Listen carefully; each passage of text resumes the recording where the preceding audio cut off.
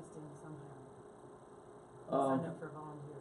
Oh, well, it's up to you. I mean, oftentimes what it typically is just introduce me, but Okay. You can do that, just read the intro out of that if you want to. I mean, or I can just start. I mean, there was no one here for the last presentation I did, so Oh, really? I just started, and I'm not going to do this. So, yeah, However you want me to do it. I'll just go ahead and start. I mean, that'll be fine, you know. Okay. I've got a lot of slides, and, you know, so I got to jump onto it real quick.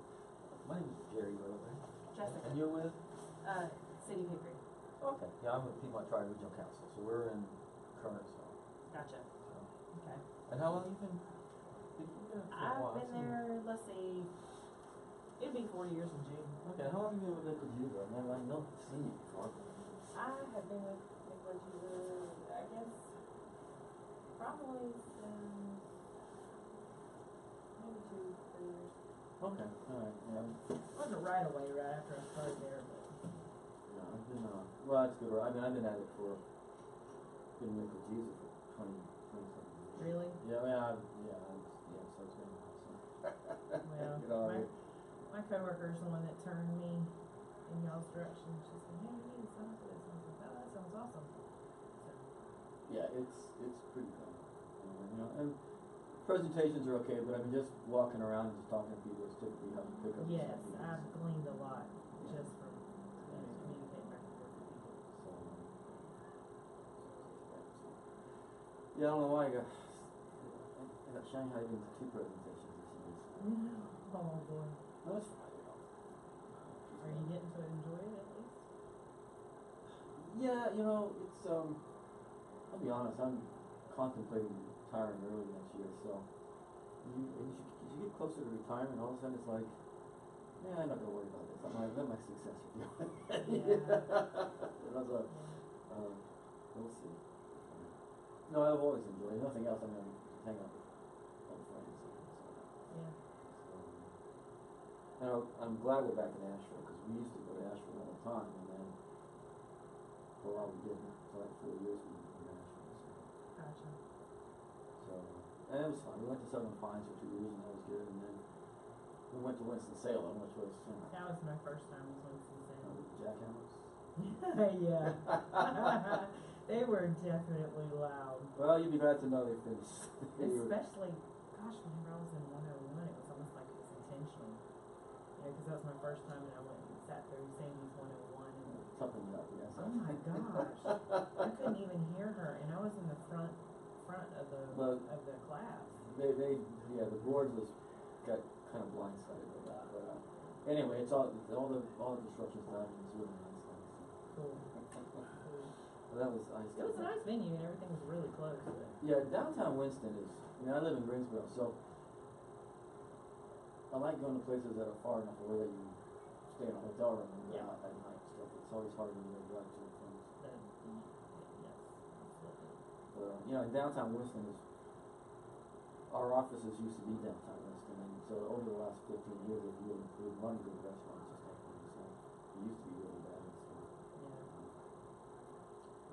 Well, I applied for the scholarship, so I wouldn't have to worry about driving back and forth. Well, how far Hickory's not there? I mean, they would make it back from Hickory. That's still falling. Well, I mean, he wouldn't have made me, Yeah. but I know what it was like.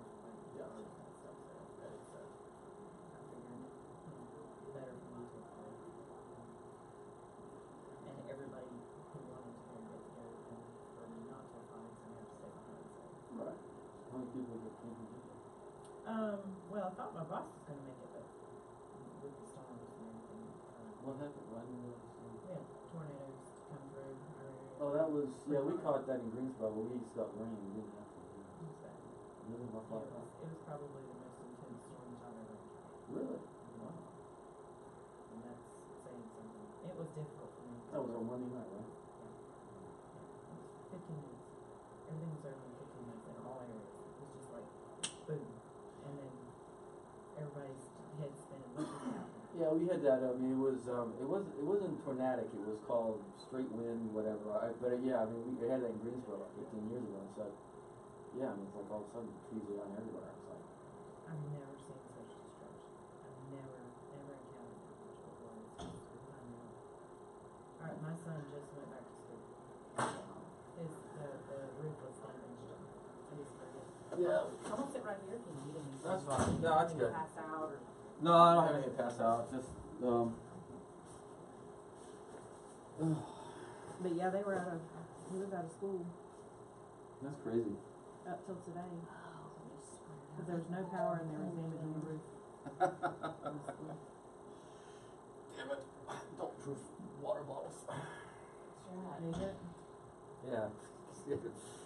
I do CrossFit, so. Oh, okay. Yeah, get the items in front of you.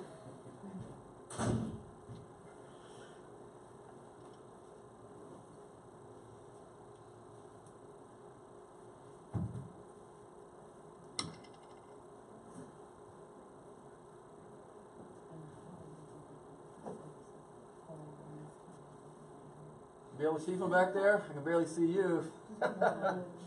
Holy cow, this is like your economy seat back there. It's like these rooms.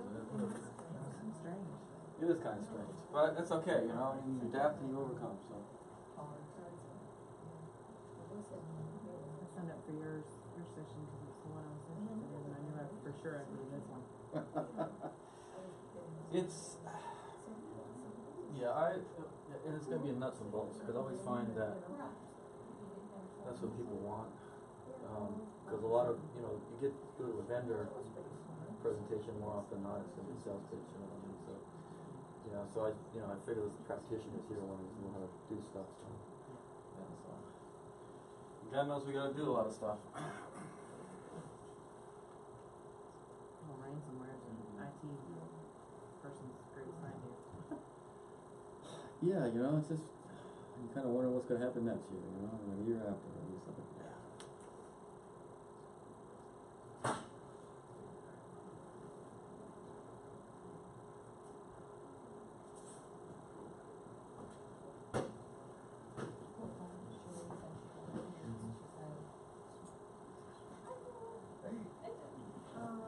So I didn't even, that's fine. No, because I was talking to someone and she just walked up and said, did I ever ask her? I don't know, I didn't see her,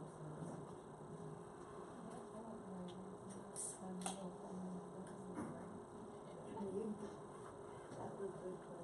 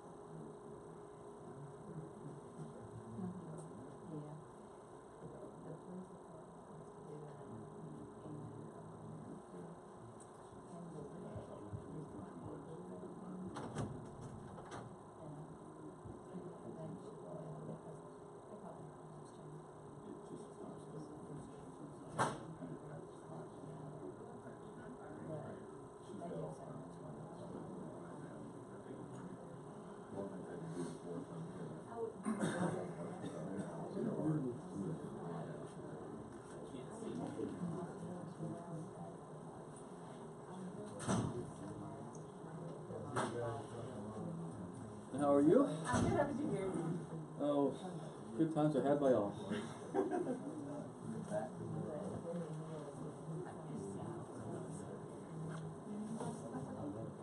Other one would be fine. It's just the one upstairs. Some of the fine print. It's the colors.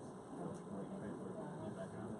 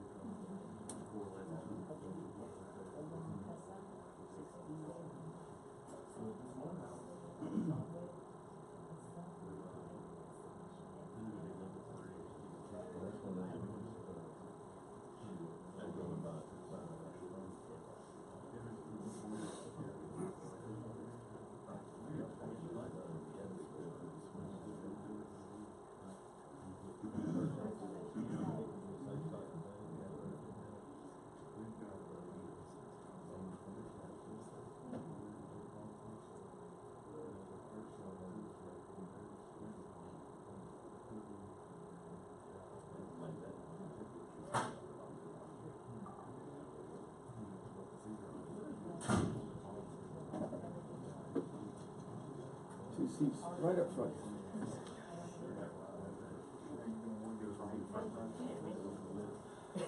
He has bad eyes. We always have to sit back there. Alright, just here walking you. How you doing? Pretty good. How are you? Another day, another dollar. He gets a dollar. I'm rich.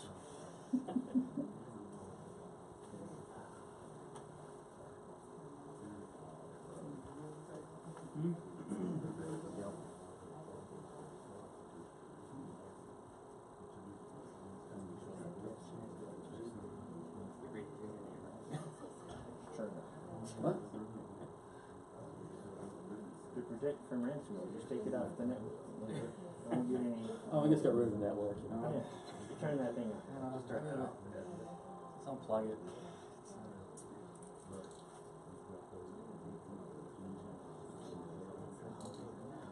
Have you guys had any issues with ransomware? Oh gosh, what was it? Spring a couple of years ago, somebody at the locker actually it affected our sheriff's office because of the application we were using, the poorly designed application from the SunGuard, yeah, required the permissions to be set really wide open for everyone. Yeah. Yeah, that was excellent security. I was curious over there, the customer.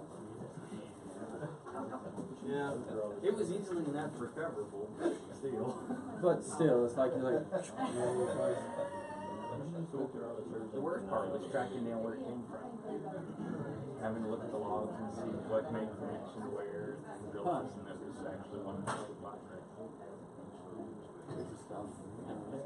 Could go to the server and check, permissions for every public. Well, yeah, it'd be nice for that group or something.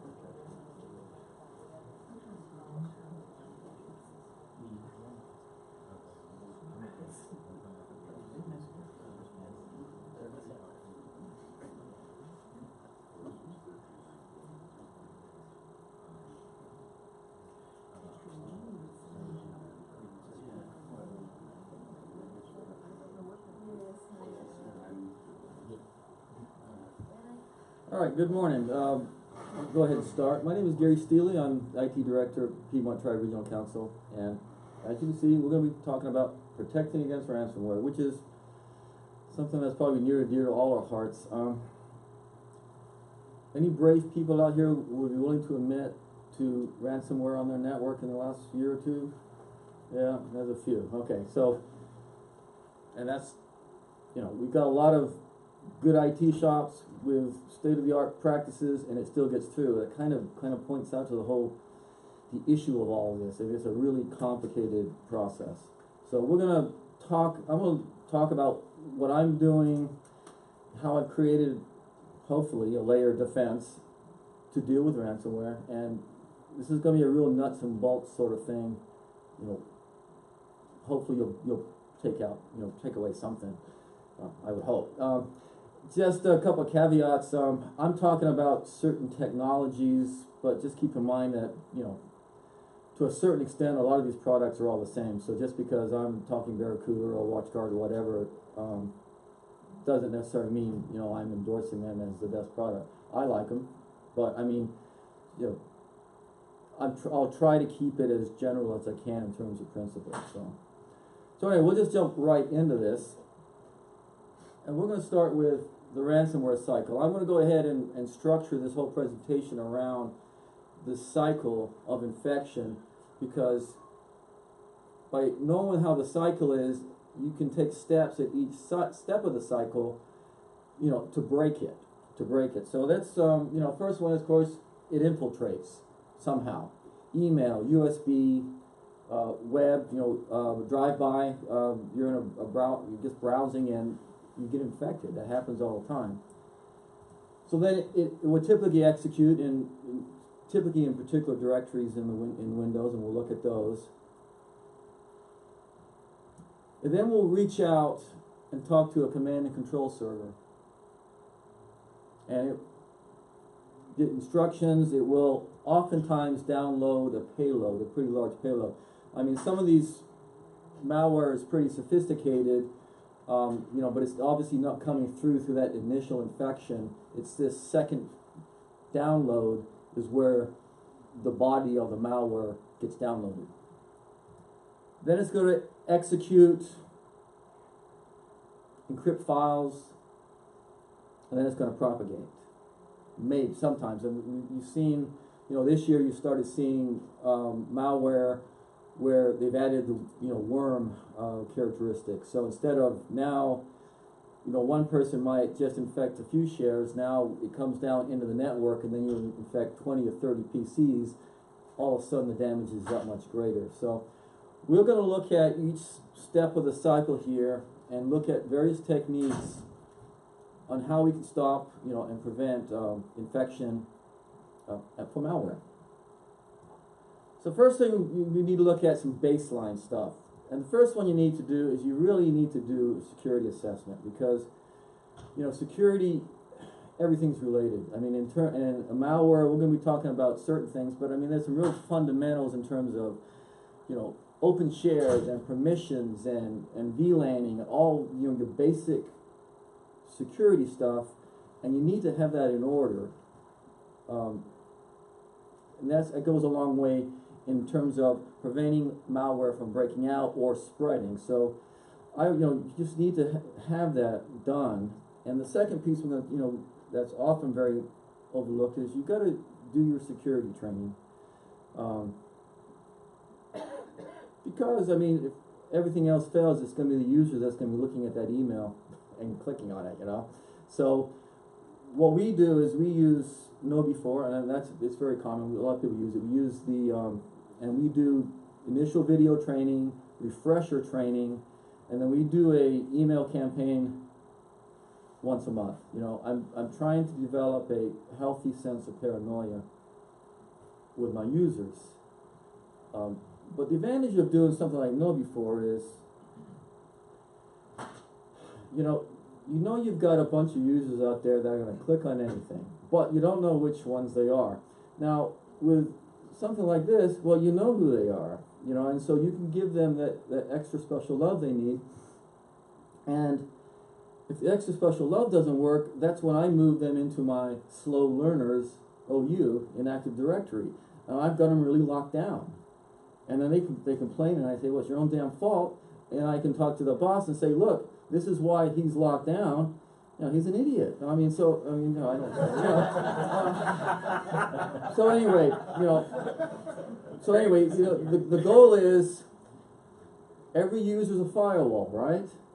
Trouble is, some of them are Cisco's, some of them are D-Links. So you've got to, but training is very important. And if nothing else, it just lowers your surface, your threat surface.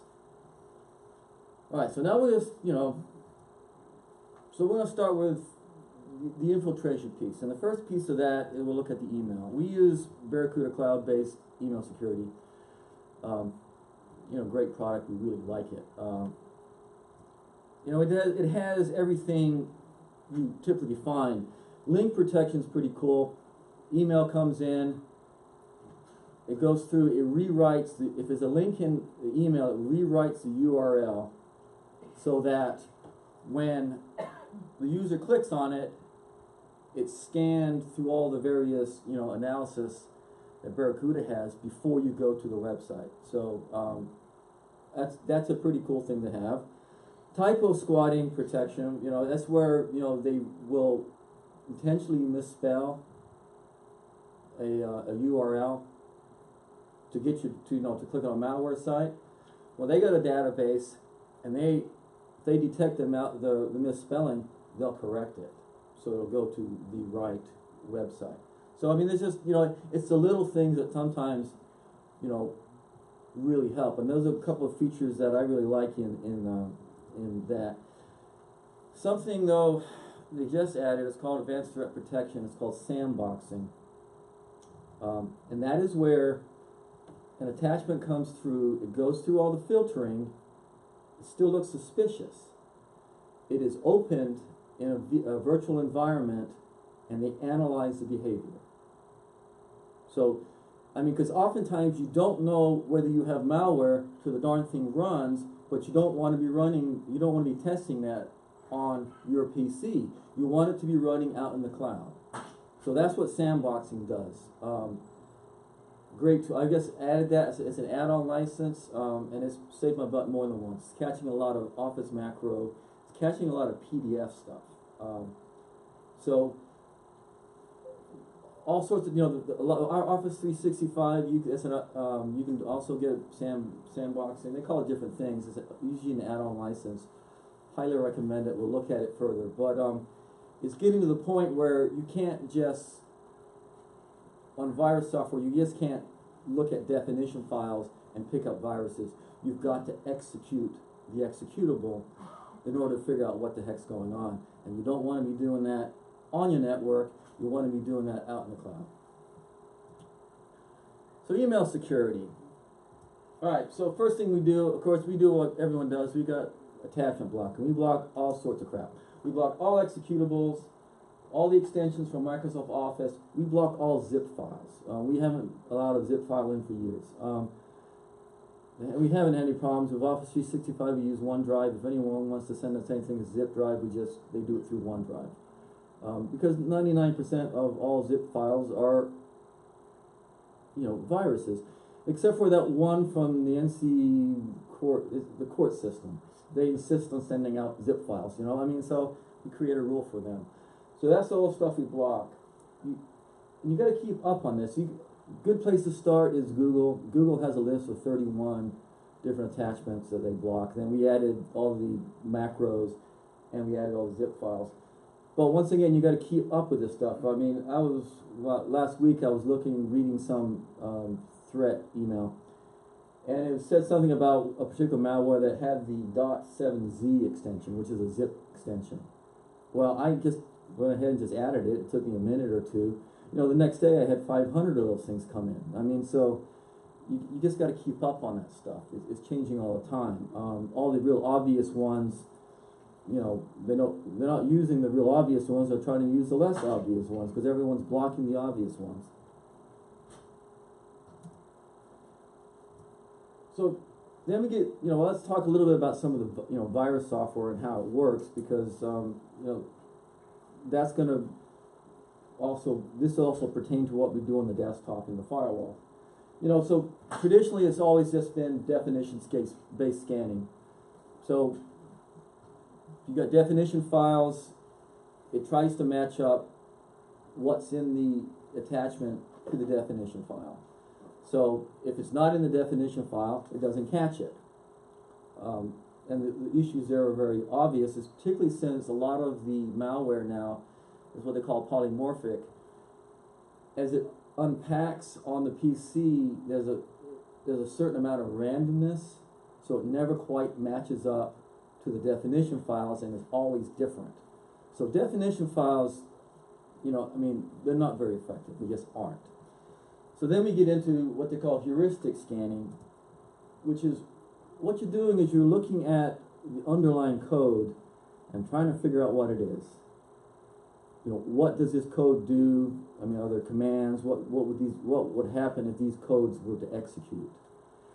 But you still have to have a baseline for that. So it's still a static. You're oftentimes what you're doing is you're comparing it to definition files, and you're trying to match up, and you're saying, well, it doesn't match up completely, but there's similarities. It looks like this virus. But once again, it's still static. Okay, it's still easily bypassed. And the other issue there is, if you actually look at the code on some of this stuff, they call it code obfuscation. You look at it, it's encrypted, it looks like gobbledygook as it comes through the scanner. It's only when it's executed and it's unpacked that the code is revealed and it's executed.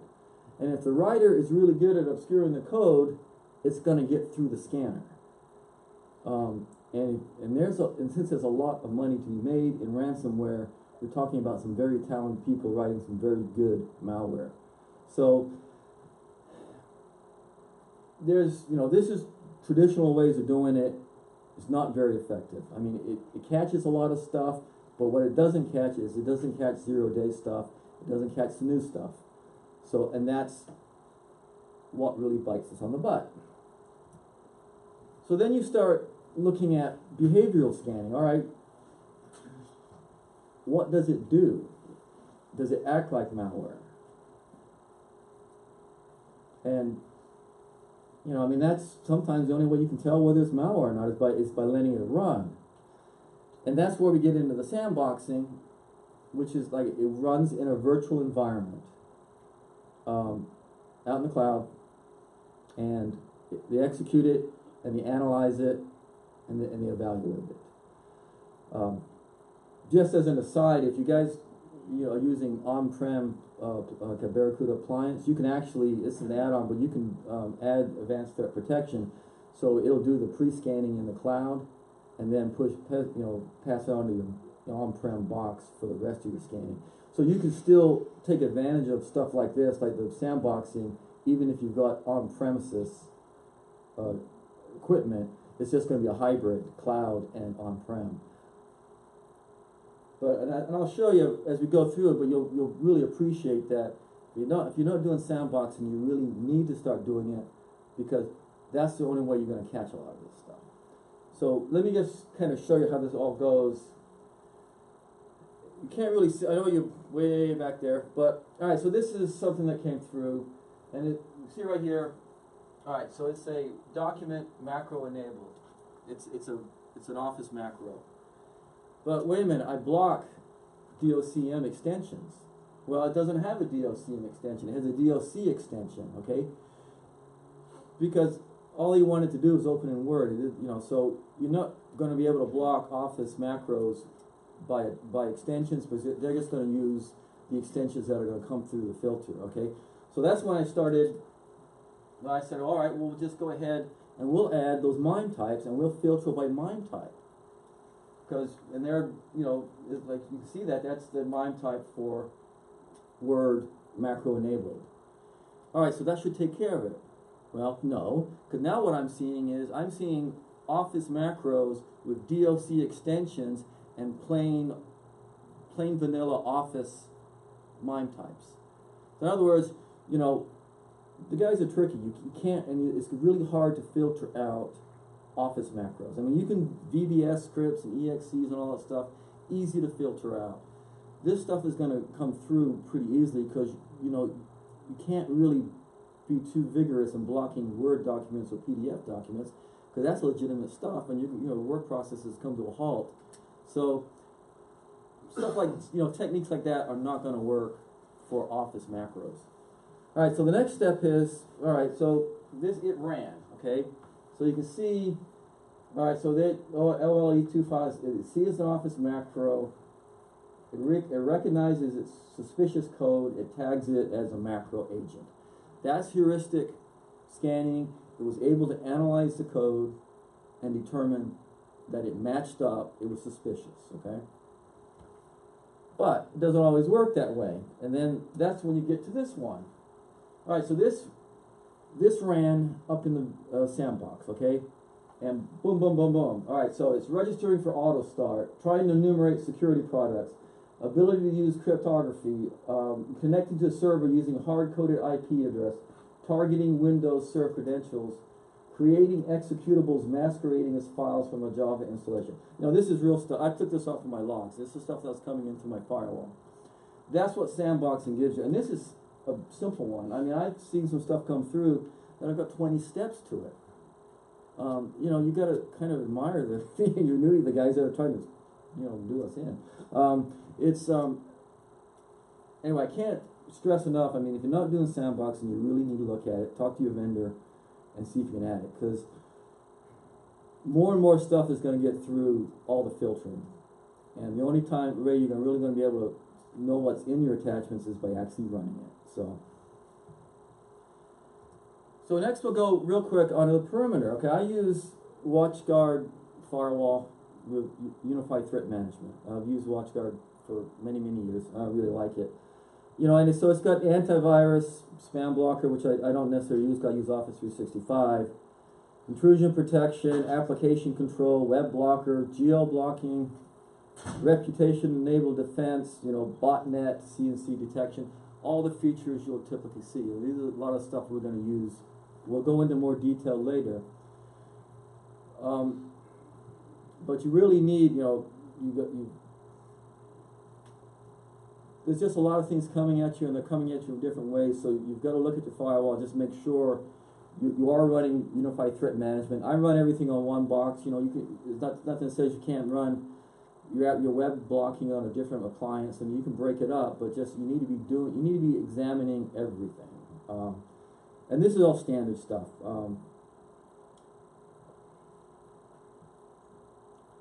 You know, sandboxing. Now, the nice thing about you know, last line, I mean, is a pretty well-known cloud security company. So it's an on-prem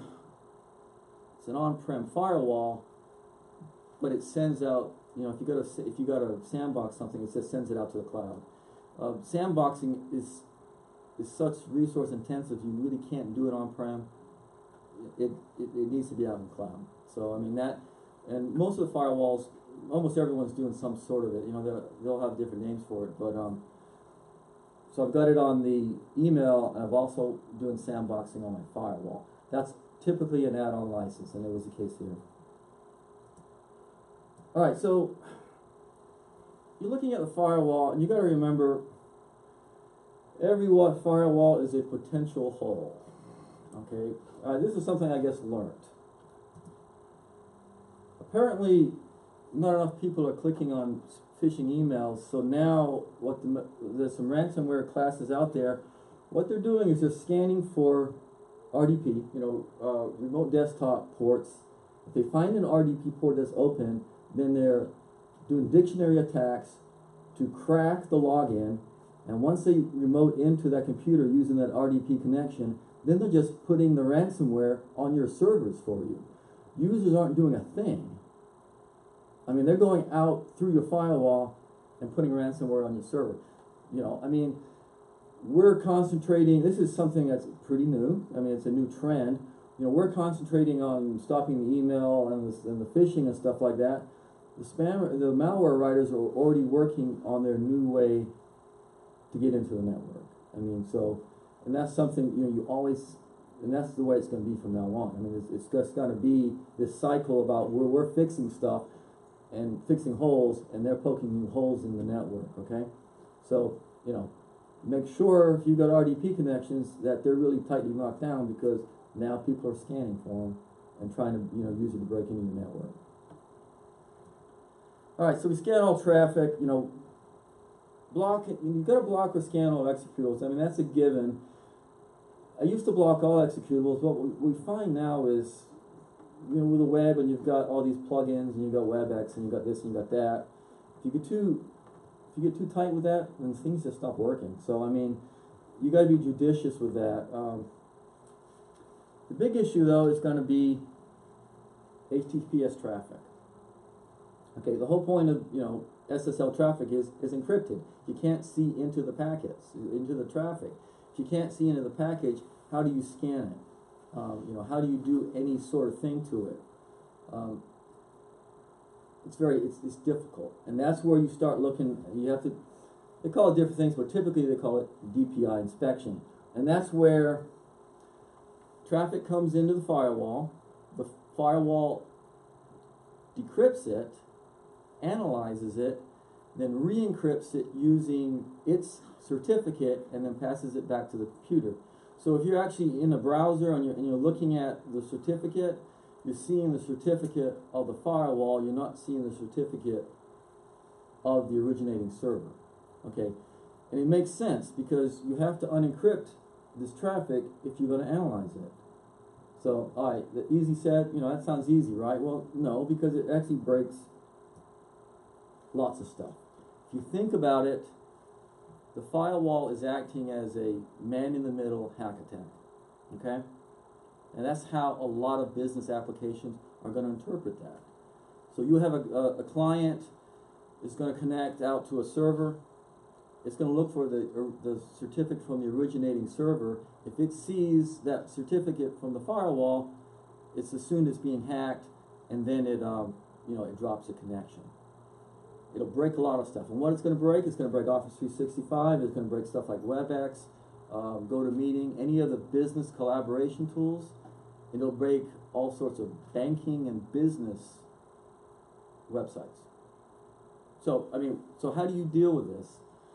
Well, you can whitelist, but we all know what it's like maintaining whitelists, and especially when you start looking at stuff like Office 365.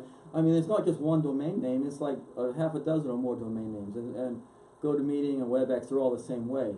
It quickly becomes unmanageable.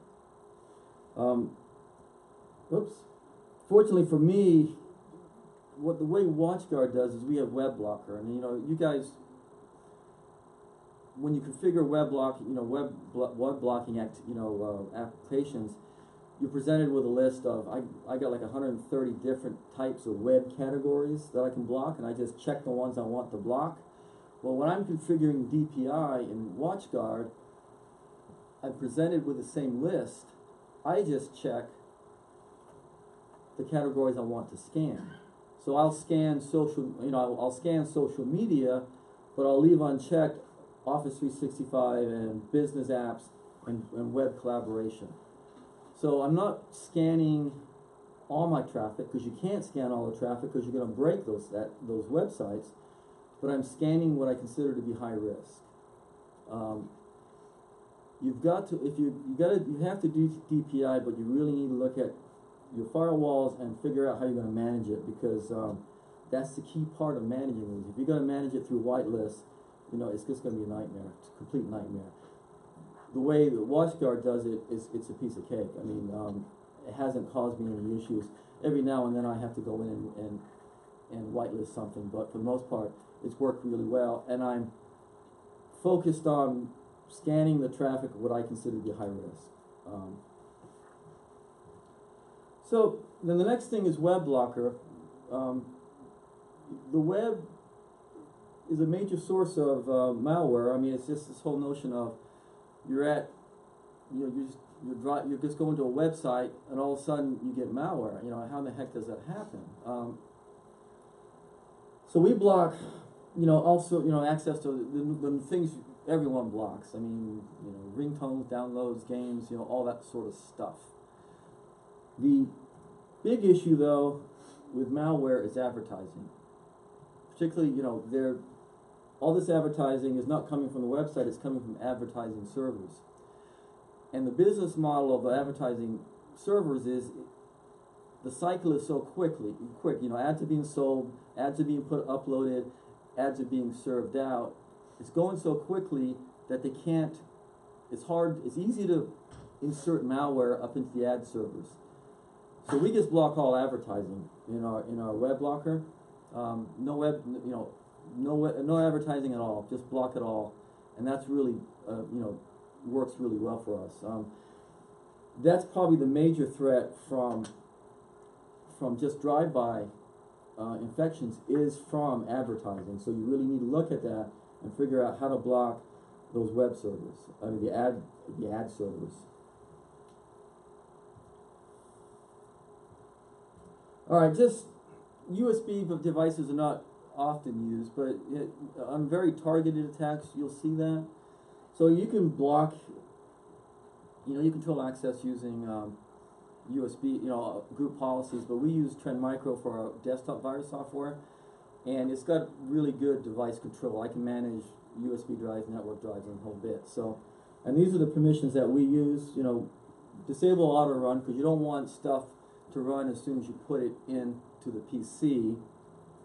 Then we enable copy, move, open, save, delete, but we prohibit execute. And that's a good set of rules just for a basic, and if you for basic user that works really well. Then if you got labs and stuff like that, then you can be even tighter. So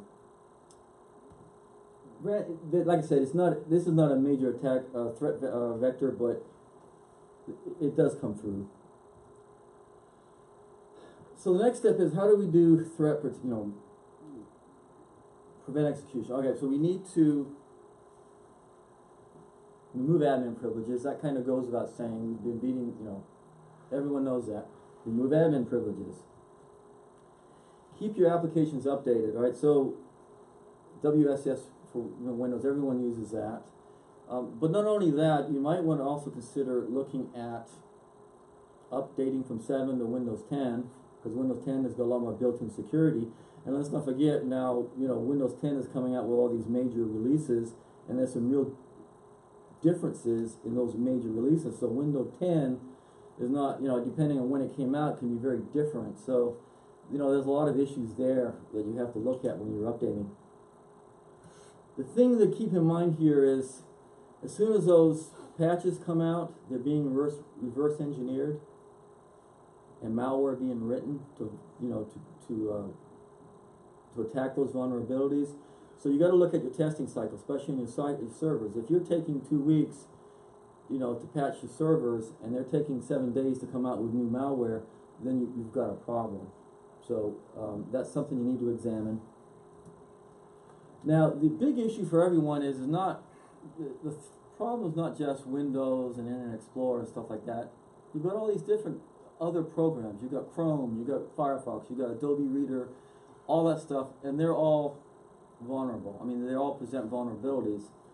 So what we use is PDQ inventory and PDQ deploy, which is great software. It's inexpensive, just works really well. So I have the inventory is scanning. It lets me know what's on my network. What level, versions of Chrome or whatever is running on my network. As soon as PDQ deploy releases the install for an update on the Chrome, I just push it out. Same with Firefox, same with Reader, same with Flash. I just push it out automatically. So all that stuff is always updated. Now, granted, every now and then it might break something on a browser, but then, I always have at least 3 browsers and different types of browsers on each PC. So normally the users can, work through that. I highly recommend, this, like I said, it's very inexpensive and it just works. It's really good, but it patches just about anything.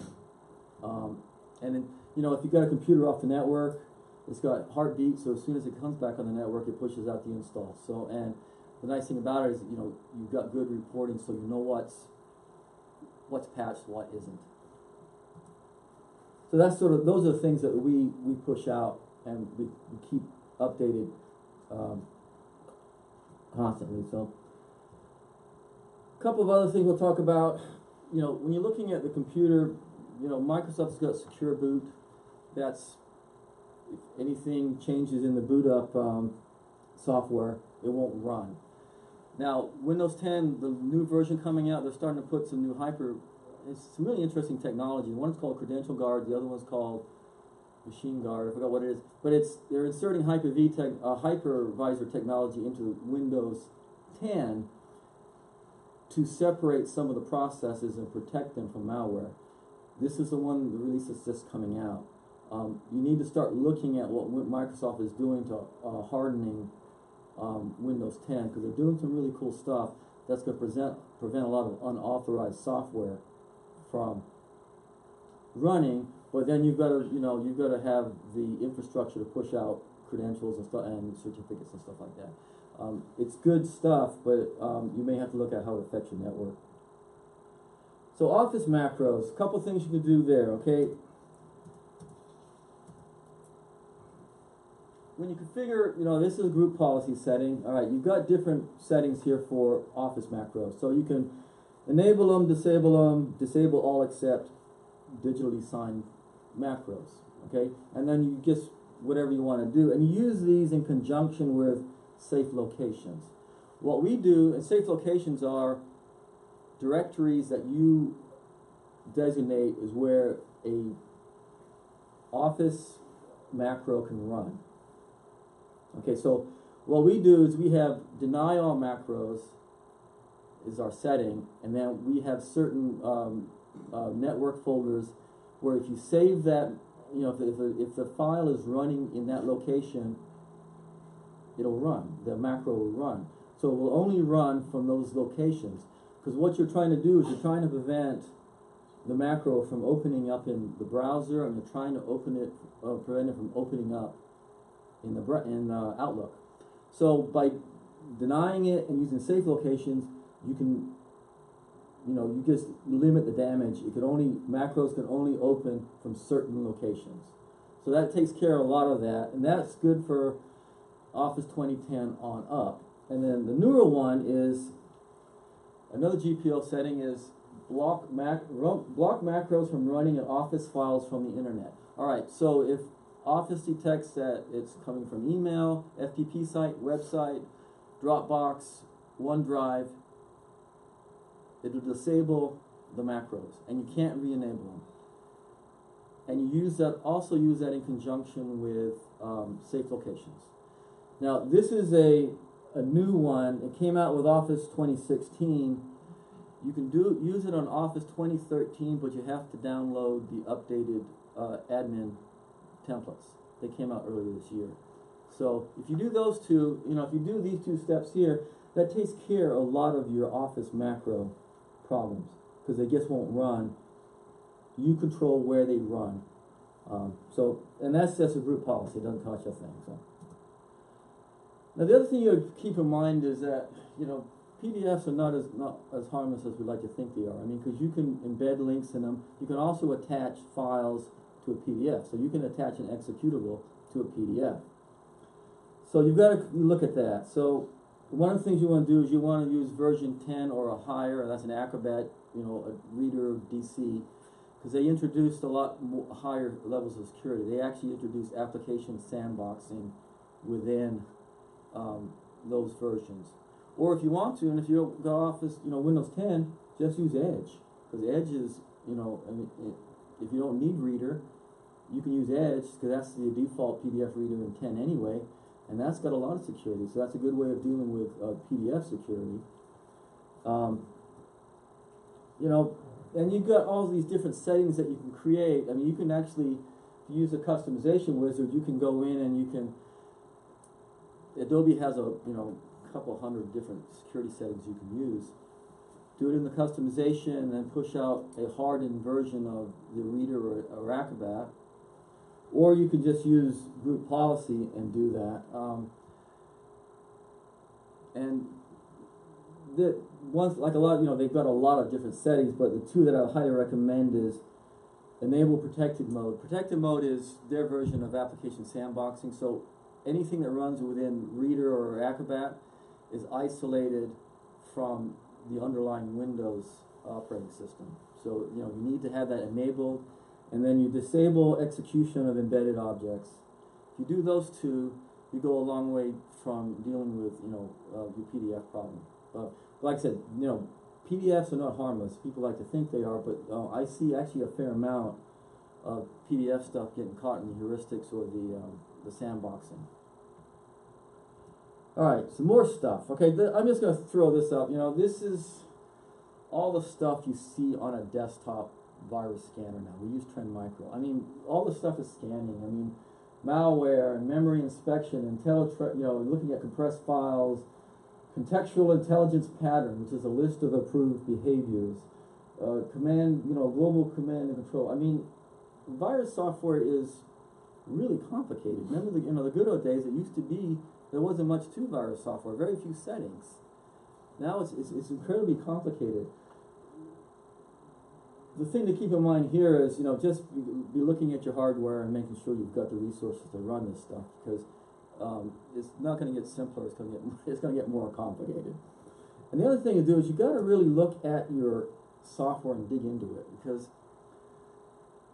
I use Trend. There's just a lot of settings there, and not all of them are enabled by default. And I was just digging through the knowledge base, and I found this really cool setting, which you check it, and it prevents unauthorized encryption. If it detects the client detects the PC is encrypting something, it'll stop the process. And that's a really cool setting to have when you're dealing with ransomware, but it wasn't enabled by default, and I didn't know about it until I just happened to stumble across it. You really got to dig into this stuff. Like I said, that's a cool setting. It is actually. Alright, so let's do some. So far we've been just talking about is kind of reactive stuff. You're looking at stuff's coming in and it's running, and you're trying to figure out what it is, and maybe trying to stop it from doing something. There's a better way, and which is, why don't you take positive control of your computer? You determine what will run, and if it's not on the approved list, it won't run. And that way it doesn't matter how good the malware writer is. They might write the greatest code ever that can get through all these scanning techniques, but if that executable is not on the approved list, it won't run. And that's called application whitelisting. And that's just something I just started playing with. Because the issue is these buggers here, This is the root of all our problems. These directories here. These, it's like user, app data, local temp, and local Microsoft Windows temporary internet files. These are the directories that users can write to and execute in with normal user privileges. Okay, that's how you can download WebEx, or you can download, all these plugins, and they can run without admin privileges. Because in those, they're running in these directories, and you don't need admin privileges to execute. The user can execute within these directories. So that's where malware will typically initiate. It may not end up being installed there, but that's where they'll run, because the user has permissions in these directories. So if you can control what runs in these directories, you go a long way to stopping malware from executing. So how do we do that? Well, you can do it with group policy, and Microsoft has got a couple ways of doing it with software restriction policies, and then if you've got enterprise, you can use App Locker. It's not very granular, and it's hard to manage, because you know how with group policies, you kind of send them out into the network and you just hope and pray, right? Because how do you know whether a group policy took effect or not? If you've got App Locker, for instance, you can say that publisher name. Anything that's got the Adobe certificate, publisher certificate, will run anything from Adobe.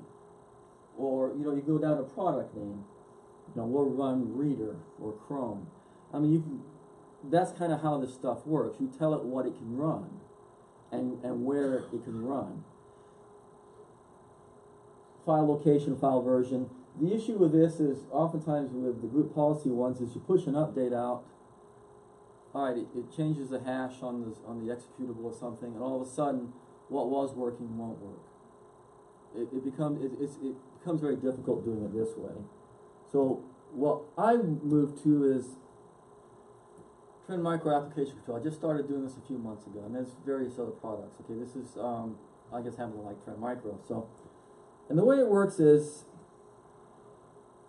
first thing it does, you know, all these software they do is you create an inventory of existing applications and running processes.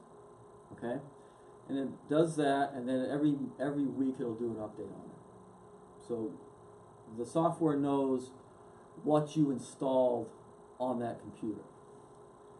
And then Trend Micro has a list of thousands of safe programs, and this is updated regularly. And I mean, it's got about everything imaginable on this safe program list. And then you can also create your own manually, you know, if it runs in this particular directory, it's safe. Or you can, if it's got this hash, it's, you know, if you're creating your own application, you can do it however you want. You can, you know, add your own applications to the safe list. So you've got this list here of safe programs and known programs that are running on your computer, and then you create rules to block applications from running in certain locations. In other words, those directories that we just looked at, you know, that's what you're putting rules on. So the way it works is, all right, an executable runs in one of those directories. Okay, say, you know, it runs in the temp folder. If it's on the inventory of existing applications, it'll run. It's allowed to run. If it's on the list of safe programs, it's allowed to run. If you've got that directory as a safe directory, it's allowed to run. But if it doesn't meet any of this criteria, it's not allowed to run. So you're only running what you allow it to run. So this deals with a lot of issues such as you know, zero-day executables, because it doesn't matter if it's not, you know, yeah, it gets through all the scanning because it's not on the definition files and gets through heuristics, but it's not recognized as a safe program and it's blocked from running. So that's kind of what we're moving towards right now. I want to take more positive control over what's running on my computers. Now, needless to say, I mean, the potential to break stuff here is pretty high.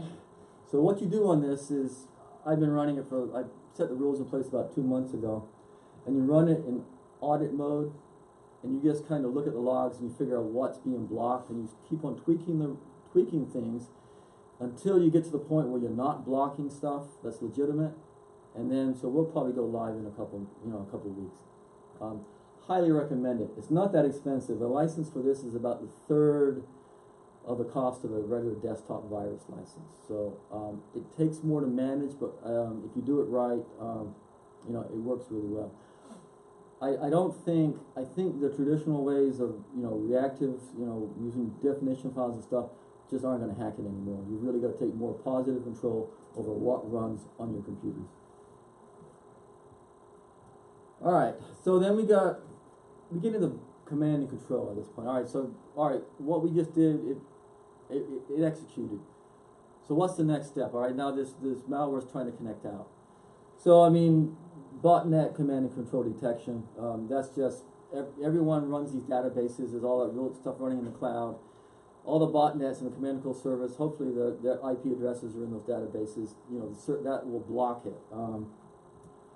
We got intrusion protection services. A lot of these vulnerabilities, I mean, they have certain signatures, so that's what this service would prevent.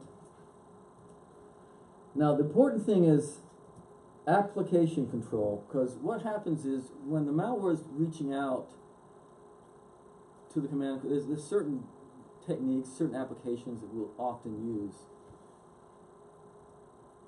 The two big ones are Tor and Internet Relay Chat. Okay, Tor is the browser, the technology they use for the dark web. Okay, so I mean, it's tricky to block.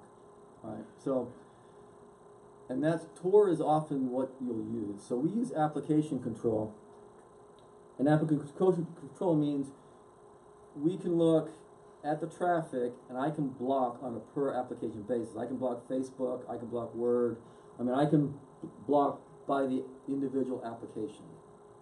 Now keep in mind though, to do this I have to be doing DPI, because if I can't look into encrypted traffic, then I can't determine what type of application it is. So the key to a lot of this is you gotta be using DPI on your HTTPS traffic, or you're not gonna be able to analyze it.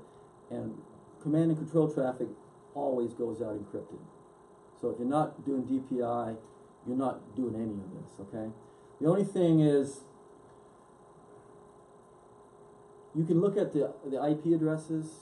So if like, so on the botnet command and control, you can still block that even if you're not doing DPI, because you can still block that based off the IP address. But if you want to do application control, you need to be doing DPI, because you're going to have to look into it and look at the traffic. So we're blocking Tor, and we're blocking Internet Relay Chat, all peer-to-peer file serving systems. We block all of that because that's often the source to bringing payloads down. Block all tunneling and VPN and proxy services, because this is how they connect out. I mean, it's really sophisticated stuff. I mean, they'll just create their own VPN going out. So I mean, this is the stuff that we block within application control, and it works pretty well. The thing to keep in mind is command and control can run on any port. We think 443 or port 80, those are always going to be open. But what about, what harm can be done with port 53, which is DNS? But actually, DNS is a very common port that's being used for command and control. And same thing as NTP. I mean, because Tor can there's nothing that says Tor can't create an encrypted connection to a command and control server over port 53 or NTP. And a lot of people don't really pay attention to those ports because those protocols are harmless. So you got to make sure this stuff is configured. All your PCs are pointing to internal DNS servers. Only the DNS servers are allowed out of the firewall. You have to look at every single outgoing rule on your firewall and make sure it's as tight as possible, because any one of those rules is a potential path to a command and control server. Alright, so the next thing is, alright, so we know where the bad guys are. Why don't we just block, they're in Russia or China or wherever. Why don't we just block all traffic there? So this is off of my my firewall. All traffic I block all traffic to and from all countries in red. Okay? And there's a few that are whitelisted. Ireland, you block Ireland, Facebook doesn't work, okay? Just heads up on that. So that takes care of our problem, right? Because, we know the Russian mafia, whatever, is doing all this stuff. So, and I can do this because my email's in the cloud, all my public-facing services are in the cloud, so this doesn't affect that. People can still talk and communicate with me. I don't want them communicating with me through my firewall, okay? So as long as you've got your email stuff out in the cloud, this is just stopping people from scanning or sending stuff directly to your firewall. Or if you're clicking on a link, it's taking to China, it'll block it. If the command and control is in China, servers in China, the traffic is blocked. So does that deal with all the problems? No. And the question is, no, not really. This is my threat map. I took this off of my Barracuda. This is email, and you can see I got a good chunk of threat that's originating from North America. Because you got to remember, this stuff may be originating in Asia or Eastern Europe, but they're routing it all through botnets. And those botnets, they're everywhere. So now it's a good technique, and it blocks a lot of threats, and it reduces your surface threat. but it's not a cure-all. But it works. You know, I use it, and it has done a lot to reduce traffic. All right, so it executes payload. Now, hopefully, your virus software. Well, if it's gotten to this point, your virus software is crap. I mean, it's not working. I mean, so you know, so you're kind of running out of options at this point. You know, I mean. But this is something that's pretty clever. Is anyone familiar with file server resource manager? Do you guys use it for anything? Okay, it's built into Windows, and you often use it for just monitoring workloads and stuff like this. But it's actually it's pretty slick, and you can do some cool stuff with it. Because you know, one of the things I do is we do folder redirection, so everything that's on the desktop or my documents or the download folder is actually on the server. So what I do is I just put a rule in place for those those directories, no executables allowed. So if anyone downloads something onto their desktop or downloads it into the download folder, it gets blocked. And so no executables at all are allowed onto the servers, onto the user servers. That works pretty well. But more importantly, you remember when you do the way encryption, ransomware works, it changes the extension on the files, and it usually puts some sort of file like you're screwed, okay? Well, you can monitor that, and if it detects it, you can use that to make it do something. You can make it disconnect all the network, turn off all the network services. You take the server completely off the network as soon as it detects an extension. Or I found a file which I use, which is a little bit more narrow. It just disconnects that one user. If I got a user that's encrypting, it detects that encryption activity. It just puts a deny permission on that user on the server, so they can't encrypt anymore. And you can automate this. There's a security guy up in California, Canada. If you Google FSRM and malware, it'll pop right up, okay? But he has a script where it'll create the rules, and what he does, he keeps an updated list of all the extensions and all these README files. And it creates a scheduled task, and it updates it every night. So you've got an updated list of all the extensions and all these files, and so I do that, and then hopefully if I ever was to get infected, the plan is it would FSRM would detect it, and then shut down network connections, and then stop the encryption. This is the beauty of all of this is it won't work for 0 day, and it won't work for encryption that doesn't make any changes to the extensions. But it takes you half an hour to set up, and it's completely free. Okay, I mean, it's one of those things where you might as well do it. It's a last ditch protection. But when you think about it, I mean, it sounds reasonable and it makes sense. I mean, you monitor behavior on the server, and you can use FSRM just to block that activity. And you can actually get a lot more creative. If you were to Google malware and FSRM, there's a lot of interesting things you can do with it. Because malware has certain behaviors. You can use FSRM to monitor those behaviors, and you can use it to trigger, certain things. All right, I'm gonna have to go quick. Okay, worms. We saw this a lot with this last batch of stuff that came out in the summer. They were spreading, and it spread using a vulnerability that's been out there for years, and it's SMB1, which is a protocol that's been around since God created computers, and it's been depreciated by Microsoft years ago. If you're running XP or Server 2003, you have to have it. But I mean, you shouldn't be running XP or 2003 because they're not supported, right? So if you're running Windows 7 onwards and Server 2008 onwards, you don't need it.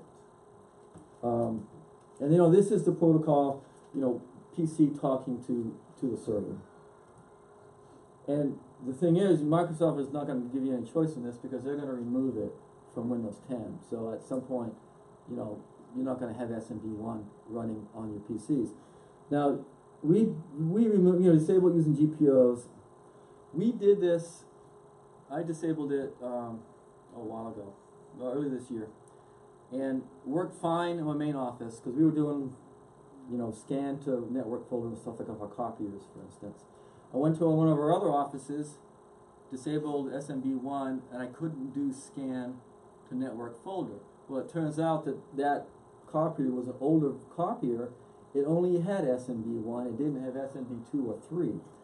So you have to look at all your network devices that are using either using map drives, and you need to make sure that either you replace them or you update them, because at some point you're going to have an issue where Windows 10 is not going to be able to connect to them, because it's not going to have SMB1. So what I did is, to get around that is, I've got SMB1 disabled on all of the PCs, but a couple of the servers I still have to have SMB1 enabled just because I got some stuff that just I haven't updated yet. So, but this goes a long way to preventing stuff like the worms. Just, you know, I'm gonna go real quick on this one. I mean, you gotta backups obviously, because I mean, if it gets encrypted, you know, you're gonna have to restore. I mean, so, but the issue is you gotta make sure your backups aren't endangered by the same malware. So you gotta have stuff, you know, offline, off-site. You gotta have, you know, you gotta validate your restore procedures. You gotta remember that replication is for DR, not for backup, because if you get, you know, if you get encrypted files on a server, it's just going to replicate those encrypted files. So I mean, you know, you've got to make that distinction in your mind, and which, you know, most people know that, but not everyone. Response plan, you know, you got to have, you know, what are you going to do? And one of the big issues here is going to be is you got to figure out. Biggest problem is going to be is where is the source of the infection? Do you have tools in place to trace, you know, and how do you isolate the network, so on and so forth? You need to be thinking that stuff through. And you got to have, I had a security scan. We had a false positive, and I thought for a while there I had like 8 terabytes worth of sensitive data exposed to the internet. Okay, so I had a heart attack. All right. It was a false positive, but I was talking to, you know, all right, so you have to do a forensic investigation. Ballpark figure for that was going to be $35,000 just for them to look at the hardware and try to figure out if there was any exposure. And then you start looking at, you know, ID protection and stuff like that. So talk to your risk analyst people and make sure that you know, your insurance policy covers stuff like this. Now I know the League of Municipalities is going to offer a program, is offering a package for that. But I mean, you need to talk to your budget people. Just make sure you've got the insurance for this, because this stuff gets expensive incredibly fast. And you know, they'll come after your heads if they got to shell out a couple $100,000 for this. So anyway, I know that was quick. That's kind of the things I try to do. I'm trying to catch and try to block this stuff at all different levels of the cycle. The 2 things I would want you to take away from that is you need to look at sandboxing. That's critical. And really take a look at application whitelisting. I think moving forward, you know, you're just going to have to control what runs on your network and what runs on your PCs. So any questions? Any thoughts?